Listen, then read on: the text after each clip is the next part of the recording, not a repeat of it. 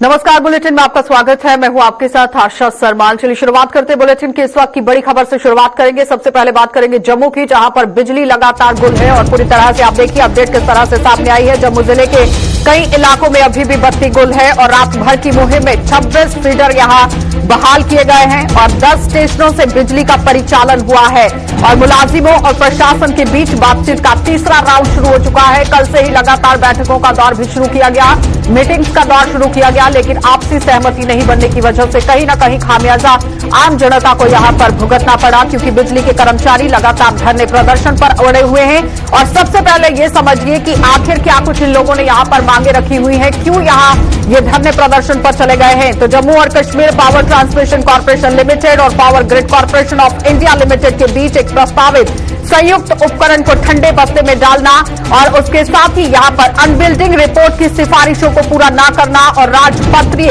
और साथ में अरापत्रीय स्तरों पर भी पूरी तरह से काम नहीं करना की वजह से यहां पूरा जो जिम्मा है वो देखा गया है। पूरी तरह से आप देखिए बिजली विभाग के अंदर जो कर्मचारी काम कर रहे हैं वो किस तरह से लामबंद होते हुए नजर आए, अपनी जॉब की सिक्योरिटी को लेकर वो मांग करते हुए नजर आ रहे हैं। और साथ ही साथ आपको ये भी बताते चले कि बिजली विकास विभाग के इंजीनियरों का नियमितीकरण और इन मांगों को पूरा करने के लिए यहां मनोज सिन्हा के साथ हस्तक्षेप करने की मांग की गई थी। एलजी के साथ मिलने की कोशिश की गई, लेकिन उस बीच में यहां पर कुछ भी निकलकर सामने नहीं आया, जिसमें पूरी तरह से ये लोग अब लामबंद होते हुए देखे जा रहे हैं। कल डिवकॉम एडीजी की बैठक होती है, जिसमें अपनी सहमति यहां बनाने की कोशिश होती है। 2 बार बैठक की जाती है, लेकिन जब कोई भी परिणाम सामने नहीं आया तो रात के समय में, शाम के समय में एक बड़ा एक्शन डिवकॉम की तरफ से देखने को मिला, जहां पर सेना ने पूरी तरह से मोर्चा संभालते हुए काम करने की कोशिश की। लेकिन 10 स्टेशनों से ही बिजली का परिचालन हो चुका और साथ ही साथ अगर दूर दराज के इलाकों की बात करें तो अभी तक वहां पर बिजली बहाल नहीं हो पाई है, अभी भी बिजली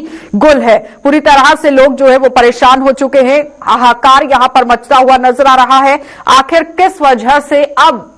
यहां आगे की बातचीत जो है वो टलती हुई नजर आएगी या फिर बातचीत पर सहमति बनेगी, इसी पर जानकारी भी लेंगे, क्योंकि जम्मू जिले के कई इलाकों में अभी भी बिजली बिल्कुल पूरी तरह से गुल है और रात भर से ही 26 फीडर सिर्फ बहाल किए गए थे। 26 फीडर से ही ये काम छोड़ा गया था और साथ ही साथ मुलाजिम और प्रशासन के बीच में अभी भी कहीं ना कहीं तनातनी का माहौल देखा जा रहा है, जिसमें पूरी तरह से सहमति बनती हुई नजर नहीं आ रही है। इस वक्त की बड़ी अपडेट जम्मू से देखने को मिल रही है, जहां पर पूरी तरह आप देखिए 350 गांव को बिजली की आपूर्ति करने की बात कही गई थी, उम्मीद जताई जा रही थी, लेकिन पूरी तरह से ये उम्मीद जो है वो विफल साबित होती हुई नजर आई। और रात के समय की अगर बात करें तो सेना की 237 इंजीनियर्स कोर ने यहां मोर्चा संभाला और मीरा साहिब के टाली मोड़ और गलेडनी के अलावा अन्य ग्रिड स्टेशनों पर मोर्चा संभालकर लोगों को बिजली की राहत मुहैया कराने की यहां पर कोशिश की गई। लेकिन अभी भी कई ऐसे रिसीविंग स्टेशन हैं, यहां पर काम चल रहा है। फॉल्ट जो है वो बताया गया है कि बिजली की वजह से काफी परेशानियां जो लोगों को झेलनी पड़ रही हैं, कहीं ना कहीं बिजली की तारों में कोई फॉल्ट है या फिर ग्रिड स्टेशन में ये फॉल्ट है। इस पर पूरी तरह निगरानी रखने की जरूरत थी कि आखिर कहां पर फॉल्ट है, किस वजह से हर जगह पर बिजली जो है वो फराहम नहीं करवाई गई है। तो इस पर जानकारी भी पूरी तरह से साझा करना बहुत जरूरी है। लेकिन आपको यह भी बताते चले कि सरकार बिजली सप्लाई व्यवस्था को सुनिश्चित बनाने के लिए यहां छात्रों की भी मदद लेगी आने वाले समय में, इस तरह से बात देखने को मिली है। और इसी खबर पर ज्यादा जानकारी के लिए अनिल हमारे साथ जुड़ चुके हैं। अनिल, क्या कुछ है सूरत हाल, क्या कुछ ताजा अपडेट है वहां पर?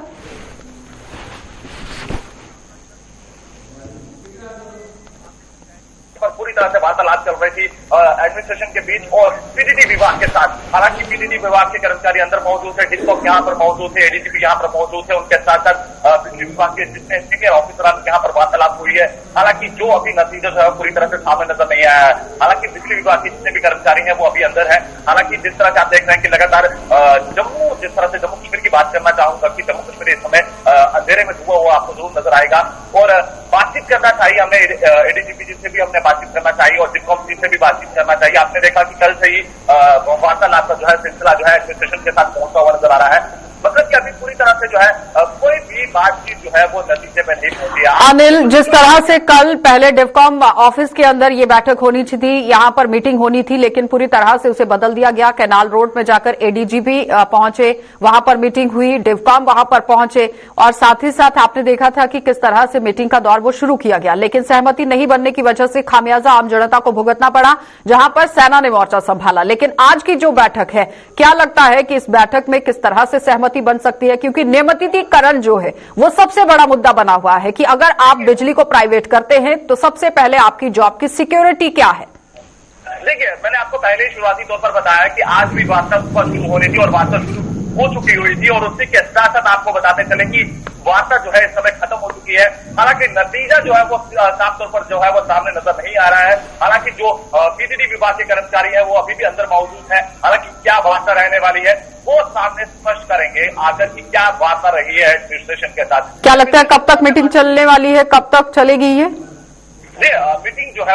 पूरी तरह से आपको बता दें कि वो समाप्त हो चुकी है। डिस्कॉम यहाँ से रवाना हो चुके हैं, एडीजीपी यहाँ से रवाना हो चुके हैं, क्योंकि महत्वपूर्ण ये वाला समय था कि जब हमने उनसे बातचीत करने का पूरा प्रयास किया कि क्या बातचीत हुई है, तो उन्होंने कहीं ना कहीं एक नजरअंदाज किया और उन्होंने कहा कि हम पब्लिक अवेयरनेस जो है वो कर रहे हैं। हमने सवाल यही कहा कि पब्लिक अवेयरनेस के लिए, आम जनता की सहूलियत के लिए आप बताएं कि क्या वार्ता हुई है जेकेपीडीडी के साथ, क्या आपने उनकी मांगों को जो है वो पूरा है या नजरअंदाज किया है, किस तरह से रखा गया? अनिल, ये बताइए कि जहां पर आप देखिए किस तरह से 350 गांव को ये बिजली आपूर्ति कराने की बात कही गई थी, लेकिन अभी तक ऐसा नहीं हो पाया है। सिर्फ 26 फीडर काम कर रहे हैं, तो कहीं ना कहीं यहां सिर्फ 10 स्टेशनों को ही परिचालन के लिए शुरू किया गया है, तो कहीं लोगों को परेशानियां झेलनी तो पड़ रही हैं, लेकिन इस बीच में बीच का रास्ता निकालने की जरूरत थी एडमिनिस्ट्रेशन को। देखिए, निश्चित तौर पर जो है एडमिनिस्ट्रेशन को जो है बीच का जो वार्तालाप थी वो निकालना लाजमी था। हालांकि अल्टीमेटम जो है जेकेपीडीडी की तरफ से वो पहले ही जारी कर दिया गया था, एक हफ्ते का उन्हें वक्त निर्धारित किया गया था, मगर उसके बावजूद भी सरकार ने जो है उनके साथ वार्तालाप नहीं की और उसके बाद ये नतीजा निकला कि वो पूरी तरह से बेड डाउन स्ट्राइक पर पहुंच गए और उसके बाद उसका खामियाजा जो है वो आम जनता को भुगतना पड़ रहा है और आम जनता इस समय आप देख सकते हैं कि पूरी तरह से अंधेरे में डूबती हुई नजर आई है। और पूरी चलिए अनिल, बहुत बहुत धन्यवाद जुड़ने के लिए। तो फिलहाल आपने देखा कि अनिल हमारे साथ जुड़े हुए थे, जो बता रहे हैं कि किस तरह से यहां पर बिजली को लेकर सूरत हाल है। लगातार एडीजीपी और साथ ही साथ डिवकॉम जम्मू की बैठक जो है वो इन लोगों के साथ शुरू हो चुकी है। अब देखना यह होगा कि तीसरे दौर की बैठक जब शुरू होती है तो क्या कुछ निकलकर सामने आएगा। आगे बढ़ जाएंगे, कश्मीर आपको लिए चलते हैं, क्योंकि कश्मीर में भी सूरत हाल यही है और पूरी तरह से बिजली की वजह से लोग वहां पर भी परेशान हैं। कश्मीर घाटी के कई हिस्सों में यहां पर बिजली सप्लाई नहीं हो पाई है और श्रीनगर के कई इलाकों में बिजली की आंख मिचौनी यहां पर चल रही है और सर्दी के मौसम में बत्ती गुल रहने की वजह से लोगों को काफी परेशानियां झेलनी पड़ रही हैं और ऑक्सीजन पर निर्भर है यहां पर मरीज, जिन्हें काफी परेशानी हो रही है। इस वक्त की बड़ी अपडेट लगातार आप देखिए, जम्मू और कश्मीर दोनों संभागों के अंदर किस तरह से बिजली की वजह से हाहाकार मचता हुआ नजर आ रहा है, जहां पर एक तरफ कई इलाकों में बिजली को बहाल करने की कोशिश की गई है, लेकिन अभी भी आप देखिए जम्मू और कश्मीर के दोनों संभागों के अंदर आज भी लोग जो है वो परेशान होते हुए नजर आ रहे हैं। और सबसे बड़ा मुद्दा यहां पर यह है कि जो मरीज अस्पतालों के अंदर भर्ती है वो ऑक्सीजन की इस वक्त किल्लत से जूझ रहे हैं, जहां पर काम करना बहुत जरूरी था। कश्मीर से ही हमारे संवाददाता हिलाल हंजूरी हमारे साथ जुड़ चुके हैं। हिलाल, क्या कुछ काम किया गया एडमिनिस्ट्रेशन की तरफ से, क्योंकि सबसे ज्यादा खामियाजा अस्पतालों के अंदर मरीजों को भुगतना पड़ रहा है? अच्छा, जम्मू कश्मीर में हम इस वक्त मौजूद हैं श्रीनगर के उस बेमरा इलाके में। तस्वीरें जरा फिरदौस आपको दिखाएगा कि आज सुबह से जो महकमा पीडीडी के वो मुलाजमीन जिन्हें खदशा है कि महकमा निजीकारी या प्राइवेटाइज करने से न सिर्फ ग्रिड स्टेशन को 50% और जम्मू कश्मीर की जो एम्प्लॉयमेंट पहले जनरेट हुआ करती थी 100 की 100%, उस पर मनफी असर पड़ेगा। और साथ ही साथ अभी तक जो ये मुलाजमीन यहाँ पे बैठे हैं, मैनेजिंग डायरेक्टर और चीफ इंजीनियर लेवल के आगे से कोई भी सीनियर ऑफिसर जो है उनसे ना ही कम्युनिकेशन हो पाई और ना ही इस हसास मसले को लेकर कोई बड़ी पेशरफ्त हो सकी, जिसकी कई एक वजूहत है। पॉपुलर गवर्नमेंट में अमूमन उस वक्त के महकमा बिजली के वजीर हुआ हिलाल के साथ यहाँ पर संपर्क कर रहे थे, लेकिन तकनीकी खराबी की वजह से उनके साथ संपर्क नहीं हो पा रहा है। ग्राउंड जीरो पर हमारे सीनियर एडिटर सईद तजम्मुल हमारे साथ जुड़े हुए हैं। तजम्मुल, सवाल यहाँ पर यह है कि जिस तरह से आपके पास आप देखिए इस वक्त हुजूम की तादाद में बिजली के कर्मचारी बैठे हुए हैं और अपनी मांगों को उन्होंने सरकार के सामने रखा है, एलजी प्रशासन के सामने रखा है, लेकिन सबसे बड़ा मुद्दा यहां पर यह रखा गया कि इंजीनियर्स की जो नियमितीकरण यानी अपनी जॉब को लेकर जो सिक्योरिटी वो चाहते हैं, क्या लगता है कि कोई सहमति बन पाएगी? देखिए, सरकार के पास 35 से 370 के धाराएं खत्म होने के बाद जो निजी कार्य या प्राइवेट सेक्टर में गवर्नमेंट सेक्टर्स को लाना था, ये एक प्रोसेस था। लेकिन प्रोसेस में जम्मू कश्मीर में पीडीडी डिपार्टमेंट में ये वो वाइस डिपार्टमेंट होता है जिनकी डेथ रेट बहुत ज्यादा है, यानी casual labour, contractual, consolidate, PDL,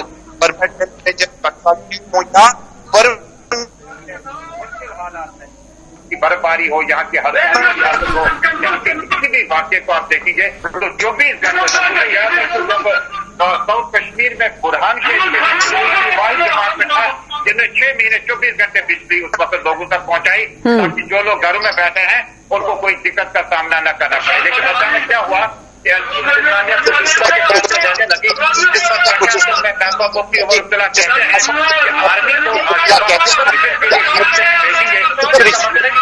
आपकी गवर्नेंस नहीं है, आपकी गवर्नमेंट ही नहीं है, जिसकी वजह से आपको रेगुलर आर्मी को। लेकिन तजम्मुल एलजी प्रशासन है ना, गवर्नमेंट तो ग्राउंड पर नहीं है, लेकिन एलजी प्रशासन ने जो कल रात को यहां पर कदम उठाया है जिसमें पूरी तरह से आपने देखा कि सेना को यहां पर किस तरह से मोर्चा संभालने के लिए दिया गया। अब यहां सवाल ये बन रहा है कि जिस तरह से 26 फीडर जम्मू के अंदर काम कर रहे हैं, कश्मीर के अंदर किस तरह से है सूरत हाल, क्योंकि 10 यहां पर स्टेशनों के अंदर काम शुरू कर दिया गया, लेकिन कश्मीर के अंदर से क्या अपडेट है? देखिए, आवाज बिल्कुल रुक कर आई, लेकिन जितना मैं आपका सवाल समझ पाया महकमा पीडीडी का जो इज्तिमा है, मुझे नहीं लगता कि के बाद इतना बड़ा धरना पीडीडी के लोग हैं और जिन्हें कहीं न कहीं सप्लाई महंगी हो जाएगी, उसकी कमर्शियल रेट जो है पूरी यूनिट महंगी हो जाएगी, क्योंकि बिजली जनरेट होती है। ये वो वाहिद स्टेट है मुल्क है जहाँ से बिजली जनरेट होती है। चलिए तजम्मुल, बहुत बहुत धन्यवाद जुड़ने के लिए। तो फिलहाल आपने देखा कि शायद तजम्मुल हमारे साथ ग्राउंड जीरो से जुड़े हुए थे, जो पूरी तरह से जानकारी दे रहे थे कि किस तरह से बिजली के कर्मचारी लामबंद होते हुए नजर आ रहे हैं, और उसके साथ ही साथ आपने देखा कि लगातार वो अपनी मांगों को किस तरह से सामने रखते हुए भी नजर आ रहे हैं। लेकिन अब देखना यह होगा कि कैसे अब आगे के सूरत हाल यहां पर देखने को मिलते हैं, कैसे पूरी स्थिति को यहां पर नियंत्रण में किया जाएगा, क्योंकि यहां सरकार एक तरफ बड़ा दावा पेश कर रही थी कि जम्मू कश्मीर के अंदर जब मौसम खराब होगा, बर्फबारी का सिलसिला शुरू होगा, उस वक्त बिजली, पानी, सड़क जैसी मूलभूत सुविधाएं दी जाएंगी, लेकिन कितनी दी जाएंगी वो जमीन पर देखना बहुत जरूरी है। आगे बढ़ जाएंगे, किश्तवाड़ आपको लिए चलते हैं और किश्तवाड़ में भी आपको दिखा देते हैं किस तरह से बिजली को लेकर पूरी तरह से हालात बने हुए हैं। तो दूसरे राज्यों को बिजली देने वाला किश्तवाड़ भी अब अंधेरे में डूब चुका है और किश्तवाड़ के कई इलाकों में यहां पर बिजली सप्लाई बहाल नहीं हो पाई है और छात्रू, पाडर और बच्चन इलाके के अंदर बिजली पूरी तरह से गुल हो चुकी है और किश्तवाड़ शहर में भी बिजली के बगैर यहां लोगों को काफी दिक्कतें अब झेलनी पड़ रही है। पूरी तरह से आप समझिए कि अगर बिजली आपके घर के अंदर नहीं पहुंच रही है तो किस तरह से आप अपना वहां पर गुजारा कर रहे हैं, ये सिर्फ और सिर्फ आम जनता जानती है, जो पिछले 3 दिनों से लगातार जूझती हुई नजर आ रही है। क्योंकि कुछ कुछ इलाकों के अंदर, अगर शहरी इलाकों की बात करें तो वहां पर कई इलाकों के अंदर बिजली को बहाल किया गया है, लेकिन आज भी दूरदराज के इलाकों के अंदर बिजली मुहैया नहीं हो पाई है लोगों को, जिसकी वजह से लोगों को काफी परेशानियां झेलनी पड़ रही हैं। मोबाइल का इस्तेमाल नहीं कर पा रहे हैं, बच्चे पढ़ाई नहीं कर पा रहे हैं और साथ ही साथ पानी की सप्लाई भी कहीं ना कहीं ठप होती हुई नजर आ रही है, क्योंकि यहां पूरा दारोमदार जो है वो बिजली पर निर्भर करता है, बिजली पर ही निर्भर है, जिसकी वजह से अब ये सारा यहां पर प्रभावित होता हुआ नजर आ रहा है। इसी पर ज्यादा जानकारी के लिए अजय शान हमारे संवाददाता जुड़ चुके हैं किश्तवाड़ से। अजय, क्या कुछ है वहां पर हालात, क्योंकि लगातार आप देखिए जम्मू और कश्मीर में सूरत हाल कुछ और ही दिख रहे हैं, लगातार मीटिंगों का दौर भी चल रहा है लेकिन सहमति नहीं बन पा रही है और किश्तवाड़ जिला जो कि पूरे दूसरे राज्यों को भी बिजली देता है, जम्मू के अंदर भी बिजली, लेकिन उसके बावजूद भी रामबन के अंदर और साथ ही साथ किश्तवाड़ के अंदर अभी तक बिजली मुहैया नहीं हो पाई है। जी बिल्कुल आशा, देखिए एक तरफ यहाँ पर माइनस टेम्परेचर जा रहा है, सुबह जब हम देखते हैं चारों तरफ कोहरा बिछा होता है, लेकिन जो बिजली की बात है तो बिजली कहीं नजर नहीं आती है। हालांकि टाउन के करीब 4 फीडर हैं, उनको करीब 2-2, 3-3 घंटे के लिए देर शाम को चालू किया गया था और रात के कुछ समय के लिए बिजली तो रही, लेकिन टाउन के बाहर चाहे हम सब डिवीजन छात्रों की बात करें, पाडर की बात करें, नागसिनी की बात करें या जो बोंजो इलाका है उनकी बात करें तो वहां पर अभी भी बिजली बहाल नहीं हो पाई है। तीसरा दिन लगातार जा रहा है। प्रशासन की तरफ से हालांकि जो एनएचपीसी के यहाँ टेक्निकल स्टाफ है, यहाँ जो रिटायर्ड पीडीडी के एम्प्लॉइज हैं, या फिर जो शलाका कंपनी है जो यहाँ पर बिजली का काम कर रही है, उनका टेक्निकल स्टाफ तो बुलाया गया है, लेकिन अभी भी कई इलाके, अगर हम ये कहें कि 90% जिला अभी भी अंधेरे में डूबा हुआ है तो गलत नहीं होगा। किश्तवाड़ नगर में भी दिन को लाइट सप्लाई नहीं हो रही है, रात को कुछ घंटों के लिए सप्लाई बेशक हो रही है, लेकिन जो हॉस्पिटल डिस्ट्रिक्ट हॉस्पिटल है वहां की इमरजेंसी सप्लाई बहाल कर दी गई है। सबसे बड़ी राहत की बात बेशक ये है, लेकिन कई मरीज अभी भी जो घरों में हैं, कोविड पेशेंट हैं, जिनको ऑक्सीजन की जरूरत है, ऑक्सीजन कंसंट्रेटर लगे हुए हैं, वो कहीं ना कहीं अब मजबूर हो गए हैं बाहर का रुख करने के लिए। कोई जनरेटर खरीद रहा है, यहाँ तक कि लोगों के जो मोबाइल्स हैं वो डिस्चार्ज हो गए हैं और कई लोग ऐसे हैं इसमें भी धंधा। कि जहां पर सरकार ने और प्रशासन ने दावा किया था कि बर्फबारी का सिलसिला शुरू होगा, अगर सर्दी शुरू होगी तो जम्मू कश्मीर के लोगों को 24 घंटे यहां पर बिजली मुहैया कराई जाएगी और पर्वतीय क्षेत्रों में तो ये काम पहले होगा, लेकिन वहां पर बिजली मुहैया कराने की जगह आप देखिए बिल्कुल यहां खुद ही पूरी तरह से गुल हो चुकी है बिजली। जी बिल्कुल, देखिए जो भी फैसले हो रहे हैं बड़े शहरों में कुछ नजर जरूर आ रहे हैं, लेकिन यहाँ पर सीमित संसाधन है प्रशासन के पास भी। हालांकि सेना की भी मदद ली गई है, वो भी लाइनों को पेट्रोल कर रहे हैं, लेकिन फॉल्ट कई जगहों पर ऐसे क्रिएट किए गए हैं कि वो ठीक नहीं हो पाए हैं। और जो बिजली यहाँ से बाहर जा रही वो तो जा रही है, लेकिन जो यहाँ पर मिलनी थी वो नहीं मिल रही है। कड़ाके की ठंड है और जो प्रशासन के दावे थे वो कहीं ना कहीं धरे हुए नजर आ रहे हैं। लोगों में इतनी नाराजगी है कि अब वो बाहर भी निकल के नारेबाजी नहीं कर रहे हैं, क्योंकि उनका ये कहना है कि सरकार बहरी हो गई है, उसके कानों तक उनके दुख दर्द नहीं पहुंच रहे हैं। क्योंकि जिला किश्तवाड़ में जैसे कई बार हम पहले भी खबरें करते रहे हैं कि कई घंटे तक बिजली 132 केवी खराब होने के कारण जाती रही और सरकार ने कोई फैसला नहीं लिया। लेकिन आशा सबसे बड़ी बात यह है कि अभी सेना और दूसरी एजेंसी की मदद से कहीं ना कहीं बिजली तो रिस्टोर की जा रही है, लेकिन अगर बर्फबारी होती है, खंभे गिरते हैं, तार गिरते हैं, तब क्या स्थिति होगी? इससे भी बदतर हालत वहां पर हो सकती है, जिस पर नजर गड़ाना बहुत जरूरी है। जी बहुत बहुत धन्यवाद जुड़ने के लिए। तो फिलहाल आपने देखा कि अजय शान हमारे साथ जुड़े हुए थे जो किश्तवाड़ से अपडेट दे रहे थे। लगातार आप देखिए कि बिजली सप्लाई नहीं होने की वजह से खामियाजा किस तरह से दूरदराज के इलाकों को भी भुगतना पड़ रहा है। चलिए अब आपको एक और बड़ी खबर से रूबरू करवा देते हैं। दिल्ली लिए चलते हैं आपको, जहां पर परिसीमन आयोग की लगातार बैठक जारी है और साथ ही साथ आप देखना यह है कि किस तरह से बैठक वहां पर चल रही है। परिसीमन आयोग की दिल्ली में बैठक जारी है और विधानसभा सीटों पर आयोग के फैसले का इंतजार अब हर कोई करता हुआ नजर आ रहा है। नेशनल कॉन्फ्रेंस भी बैठक में हिस्सा ले रही है और साथ ही साथ आयोग के फैसले का बेसब्री से इंतजार किया जा रहा है। आपको बताते चले यहां पर परिसीमन के बाद जम्मू कश्मीर में 90 सीटों पर चुनाव होंगे और परिसीमन के बाद जम्मू कश्मीर के सियासी समीकरण में भी पूरी तरह से बदलाव देखने को मिल सकता है। इसके लिए यहां जम्मू कश्मीर के सभी राजनीतिक दलों ने अपनी अपनी सियासत के आधार पर प्रक्रिया भी शुरू कर दी है, लेकिन देखना यह होगा कि जिस तरह से विधानसभा सीटों को मद्देनजर रखते हुए अब यहां फैसला देखने को मिल सकता है, जिसका पूरी जम्मू कश्मीर की जनता, यहां पर केंद्र शासित प्रदेश की जनता पूरी तरह यहां इंतजार करती हुई नजर आ रही थी। अब देखना यह होगा कि आयोग की तरफ से क्या कुछ सामने रखा गया है, क्योंकि बैठक के अंदर डॉक्टर जितेंद्र सिंह मौजूद है, जुगल किशोर शर्मा, फारूक अब्दुल्ला, हसनैन मसूदी और मोहम्मद अकबर लोन। अब इसी पर जानकारी के लिए हमारे साथ हमारे संवाददाता दिल्ली से ही, जहां पर यह परिसीमन आयोग की बैठक चल रही है, उज्जवल जुड़ चुके हैं। उज्जवल, क्या कुछ अपडेट है, क्या चल रहा है वहां पर बैठक में? जी बिल्कुल ठीक। देखिए जिस तरीके से आपने कहा कि जम्मू कश्मीर के लोग जो है वो बड़ी बेसब्री से इस बैठक के खत्म होने का इंतजार कर रहे हैं कि इस बैठक में क्या निर्णय बाहर निकल के आता है। अगर देखिए अभी की हम बात करें तो अभी हम दिल्ली के अशोका होटल के बाहर मौजूद हैं और यहीं पर ही देखिए इसी होटल के अंदर जो है वो आयोग की बैठक जो है देखिए 11:30 बजे के आसपास जो है वो ये बैठक शुरू होनी थी, लेकिन देखिए किसी कारणवश 10 मिनट की देरी के बाद ये बैठक शुरू हुई है। और सबसे आखिरी में देखिए डॉक्टर जितेंद्र सिंह आए, उसके बाद देखिए फारूक अब्दुल्ला जो थे वो बिल्कुल आखिरी में पहुंचे, जिसके बाद ये बैठक शुरू हुई है। देखिए इस बैठक के कई ज्यादा कयास लगाए जा रहे हैं, क्योंकि देखिए पूरे जनता की, जम्मू कश्मीर की जनता की ही नहीं बल्कि पूरे देश की जो नजर है इस बैठक पर लगी हुई है। हालांकि देखिए इस बैठक की वजह से हम ये भी कह सकते हैं कि जो राजनीति गलियारों में सरगर्मियां हैं वो काफी ज्यादा तेज हो चुकी हैं, क्योंकि बयानबाजी जो है वो बहुत तेजी से होने लगी है। अगर हम महबूबा मुफ्ती की बात करेंगे तो देखिए महबूबा मुफ्ती ने साफ तौर पर बीजेपी सरकार पर निशाना साधा। उन्होंने कहा है कि उनको आयोग की जो ये बैठक हो रही है इस पर पूरी तरीके से भरोसा ही नहीं है, ये बीजेपी का एक एजेंडा है। और इसी के साथ उन्होंने ये भी कहा है कि देखिए बीजेपी कहीं ना कहीं अल्पसंख्यक और बहुसंख्यक को आपस में लड़ाने के लिए परिसीमन की जो बैठक है उसका आयोजन कर रही है और कहीं ना कहीं लगातार अटकलें जो जम्मू बैठक है, कश्मीर के अंदर यह भी लगाई जा रही है कि एक सीट यहां पर बढ़ सकती है, जो कि जिला उधमपुर के अंदर है, और पूरी तरह से वहां पर कैसे सहमति बनेगी इस पर नजर कहीं ना कहीं टिकती हुई नजर आ रही है, क्योंकि बैठक के अंदर डॉक्टर जितेंद्र सिंह भी मौजूद हैं, जो पूरी तरह से कमान संभाले हुए हैं।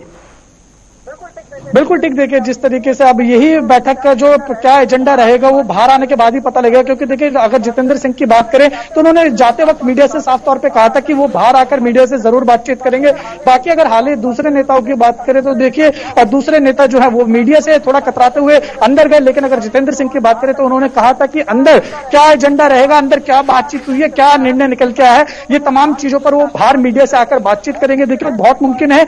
डॉक्टर जितेंद्र सिंह जो है वो कुछ ही क्षण में देखिए बाहर आ सकते हैं। तकरीबन सूत्रों के हवाले से खबर जो मिल रही है उसके हिसाब से 1 से 1.5 बजे का समय है। हो सकता है कि ये बैठक जो है 1 से 1.5 बजे के बीच के अंदर जो है वो खत्म हो सकते हैं। उसके बाद अंदर क्या सारी चीजें हुई है, किस एजेंडे पर बातचीत हुई है, क्या क्या एजेंडा अंदर रहा है, वो तमाम चीजें बाहर निकल कर आएंगी जब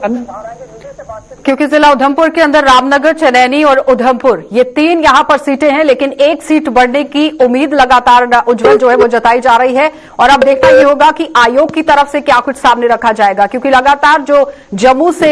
मंत्री वहां पर पहुंचे हुए हैं, जिन लोगों को वहां पर बुलाया गया है वो वहां पर पहुंचे हुए हैं, लेकिन ग्राउंड जीरो से सूरत हाल जानना बहुत जरूरी था। और फिलहाल आपने देखा कि उज्जवल हमारे साथ जुड़े हुए थे, जो पूरी जानकारी दे रहे हैं कि किस तरह से यहां पर हालात जो है वो डिलिमिटेशन कमीशन की तरफ से देखने को मिले हैं। अशोका होटल के अंदर ये पूरी बैठक चल रही है, और साथ ही साथ यहां पर उज्जवल सवाल ये है कि लगातार कितने समय तक बैठक और चल सकती है। जो सराह आप भी कह रहे हैं कि अभी कुछ ही समय के बाद ये लोग बाहर आ सकते हैं और उसके बाद बयानबाजी यहां पर देखने को मिल सकती है।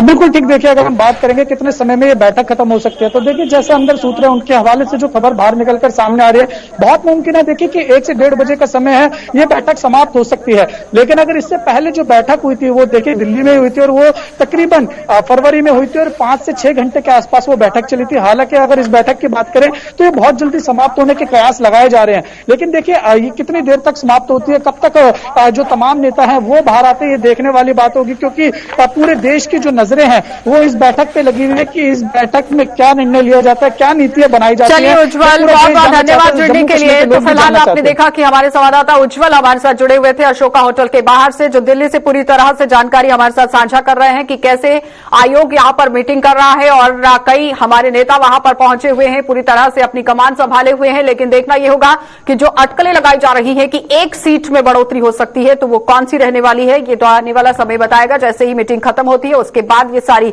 जो तस्वीरें हैं वो साफ हो पाएंगी। आगे बढ़ जाएंगे, अब आपको रामबन लिए चलेंगे और रामबन से दिखा देते हैं कि किस तरह से वहां पर काम चल रहा है, क्योंकि नए राजमार्ग के निर्माण की होड़ में यहां पुराने हाईवे की अनदेखी का पूरी तरह से काम देखा गया है। अनदेखी वहां पर हो रही है और लोग इसका शिकार हो रहे हैं। नासरी बटोत मार्ग वाहन चालकों के लिए परेशानी का सबब बन चुका है, और सड़क की मरम्मत के लिए संबंधित एजेंसियों ने भी अब यहां आंखें मूंद ली है, और कई हादसों का सबब बन चुका है ये टूटा फूटा हुआ मार्ग। और पूरी तरह पहले भी आपने देखा कि सड़क हादसे किस तरह से रामबन के अंदर पेश आए थे, और साथ ही आपको ये भी याद होगा कि किस तरह से रामसू इलाके के अंदर नासरी टनल के आसपास कई बार ऐसे सड़क हादसे यहां पर देखने को मिले हैं। और उसके बाद अगर मौसम विभाग की बात करें तो मौसम विभाग की तरफ से जो चेतावनियां जारी की जाती हैं, जब बारिश का सिलसिला शुरू होता है तो उस वक्त भी सड़क पर कई तरह के हादसे जो है वो देखने को मिलते हैं। लेकिन आखिर क्यों यहां नेशनल हाईवे की तरफ से काम नहीं हो रहा, ये बड़ा सवाल है। नदीम हमारे साथ जुड़ चुके हैं। नदीम, क्या कुछ अपडेट है? क्या नेशनल हाईवे अथॉरिटी को इसके बारे में कोई संज्ञान लेने के लिए कहा नहीं गया, या आखिर किस वजह से ये देरी यहां पर की जा रही है? जी बिल्कुल, देखिए आशा, मैं आपको एक चीज बता दूं कि ये बटोत और नाशी के बीच का एक स्ट्रेच है जो बीकन के पास में है, ग्रीफ के पास में है। इस एरिया की जहां तक हम बात करें, लगभग 7 से 8 किलोमीटर लंबा स्ट्रेच है। इस पर ध्यान नहीं दिया जा रहा है, और ध्यान न देने की वजह यह है कि देखिए पहले तमाम तरह की गाड़ियां इसी सड़क पर से चलकर आती थी, लेकिन जब से चनैनी नासरी को मोटरेबल बनाया गया, जो टनल है उसमें से गाड़ियां चलती है, तो ऊपर के एरिया की तरफ तवज्जो जो है ध्यान देना कम हो गया बीकन की तरफ से। हालांकि पिछले दिनों हमने देखा कि डोडा और बटोत के बीच के एरिया को तो बिल्कुल बेहतर बनाया गया था, वहां पे जहां जरूरत थी वहां पे पॉट होल का काम किया, लेकिन ये बटोत और नासरी के बीच को इस तरह से ही रहने दिया। कहीं न कहीं पिछले दिनों हमने देखा कि बग्गू नाला के मकाम पर एक सड़क एक्सीडेंट हुआ जिसमें एक शख्स की जान जो है जाया हो गई। तो कहीं न कहीं मैं ये चीज कहूंगा कि बीकर हुकाम जहां एक तरफ तवज्जो तो दे रहा है, लेकिन दूसरी तरफ कहीं ऐसी चीजें हैं, बग्गू नाला को हम देखें, छाम्पा को देखें, नासरी से जब बटोत की तरफ हम निकलते हैं तो वहां पे भी प्रॉब्लम्स रहती है। और ये कहें कि ये छोटी मोटी रोड नहीं है, बल्कि डिस्ट्रिक्ट किश्तवाड़ और डिस्ट्रिक्ट डोडा के लोग जब जम्मू की तरफ निकलते हैं, फिर कश्मीर की तरफ निकलते हैं, तो वो इसी सड़क पर से होके आते हैं। और दूसरी तरफ पट्टी टॉप और सनासर अगर जाना है, चाहे वो बानीहाल के लोग हो, रामगढ़ के लोग हो, नदीम, क्या बीकन के किसी अधिकारी से आपने बातचीत करने की कोशिश की है? जी बिल्कुल, देखिए आशा, मैं आपको एक चीज बता दूं, बीकन हुकाम का ये कहना है जनाब हम तो कर रहे हैं, लेकिन कब काम मुकम्मल होगा, क्योंकि देखिए पट्टी टॉप और सनासर जहां बर्फबारी होगी तो टूरिस्ट का वहां आना होगा, और जब उनका वहां आना होगा तो अगर रोड फैसिलिटी आपके पास बेहतर नहीं है, रोड कनेक्टिविटी बेहतर नहीं है, तो वो वहां जाना पसंद नहीं करेंगे। जो वहां जाना पसंद नहीं करेंगे तो कहीं ना कहीं मैं ये कहूंगा कि जिन लोगों का रोजगार इससे जुड़ा हुआ है उन्हें भी कहीं ना कहीं इसका खामियाजा भुगतना पड़ता है। तो जरूरत अब इस बात की है कि जनाब रोड बेहतर बना दे। जब रोड बेहतर होगी मुसाफिर को भी आने जाने में परेशानी नहीं होगी। टूरिस्ट का पट्टी टॉप और सनासर जो बर्फ देखने के लिए जाना है वो भी ज्यादा होगा, और जब लोग वहां ज्यादा तादाद में जाएंगे तो जाहिर सी बात है कि लोगों को जो है फायदा हो सकता है। बहुत बहुत धन्यवाद जुड़ने के लिए। तो फिलहाल आपने देखा कि नदीम हमारे साथ जुड़े हुए थे, जो बता रहे हैं कि बीकन की तरफ से ये काम किया जाना था, लेकिन अभी तक नहीं हो पाया है। और टूरिज्म के लिहाज से अगर बात की जाए तो जाहिर तौर पर इस रास्ते का इस्तेमाल किया जाएगा टूरिस्ट की तरफ से, लेकिन अगर यहां पूरी तरह से रास्ता खराब है तो कहीं ना कहीं खामियाजा भुगतना पड़ सकता है, जिसकी ओर ध्यान देने की काफी जरूरत है। आगे बढ़ जाएंगे। एसडीएम आरएसपुरा रामलाल ने आज यहां मीरा साहिब स्थित पावर ग्रिड स्टेशन का दौरा किया है, वहां पर बिजली सप्लाई की समीक्षा की, और इस अवसर पर एसडीएम आरएसपुरा ने कहा कि सेना ग्रिड स्टेशन में काम संभाल रही है और बिजली की सप्लाई को बहाल करने की कवायद शुरू कर दी गई है। उन्होंने कहा कि जहां जहां बिजली की लाइनें खराब हैं वहां पर सेना मरम्मत कार्य में जुट गई है और जल्द ही प्रभावित इलाकों में भी बिजली सप्लाई कर दी जाएगी। और एसडीएम ने यह भी बताया है कि बिजली से जिला इलाकों में पानी की पूरी तरह से सप्लाई प्रभावित हुई है, वहां पर भी टैंकरों के माध्यम से यहां पानी की आपूर्ति की जा रही है। चलिए, बुलेटिन में फिलहाल इतना ही। देश और दुनिया की खबरों के लिए आप बने रहिए गुलिस्तान न्यूज के साथ।